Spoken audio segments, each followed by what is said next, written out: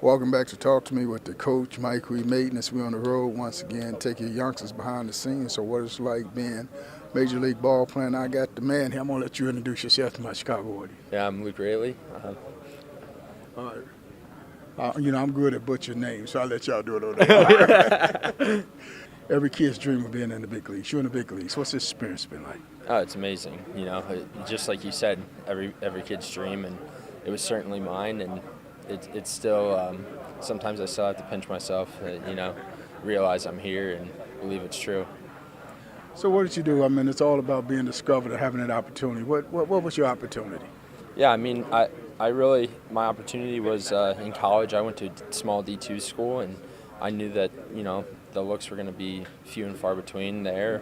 But I had a really good summer ball year, and that's kind of where I got found in the Northwoods League.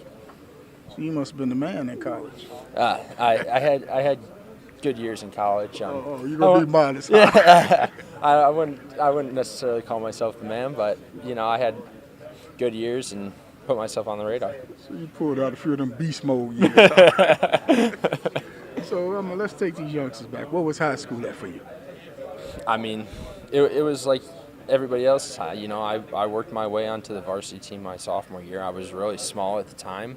I was like 5'6", 160 when I got my driver's license, so that was my sophomore year. But I battled. I didn't start as a sophomore until about 6-7 games into the season. I got my first start. I had a good game, and I started every game after that. You mean you didn't give up baseball for that driver's license?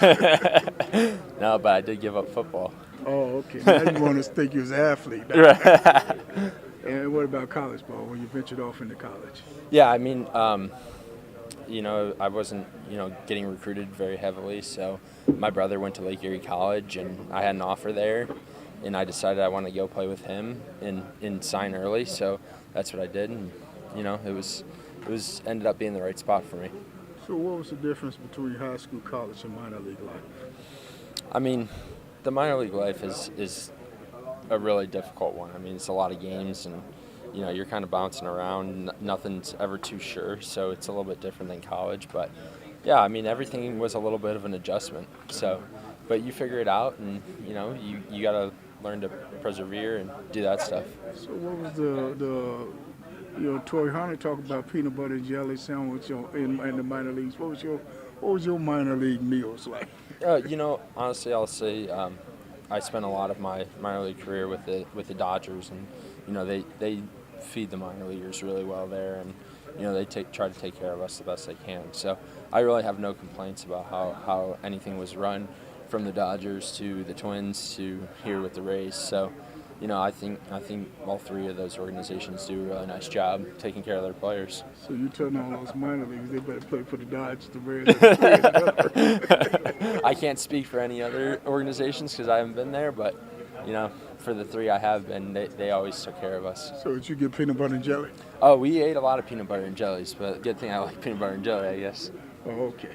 So what is the fans like? Up here you come 30, 40,000 in a crowd, and you go in the minor leagues, it might just be you and your teammates. Yeah, it's still baseball. It's the same game regardless of how many fans are there. So, sometimes having fans is great, and there's other times that having fans isn't always the best. You have a bad day, and they let you know about it. So, who were some of the players that impact your life the most along the way? Players that I've watched or played with, or either or.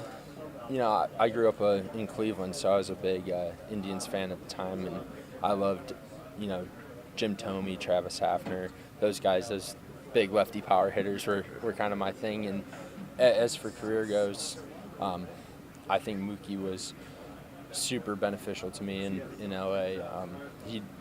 He's just the kind of guy that you want to learn from. Obviously, he's extremely talented, and he wasn't shy about sharing, his knowledge in the game and with you. So he's somebody I definitely look up to in the game, and am very happy I was able to be his teammate for a couple of years. You're throwing around some heavyweights. All right, let me give you this last question. Again, every kid's dream of being in the big leagues. Get that call, you're going to the big leagues, walk in the locker room for the very first time, see your uniform hanging up in the locker. What was that feeling like?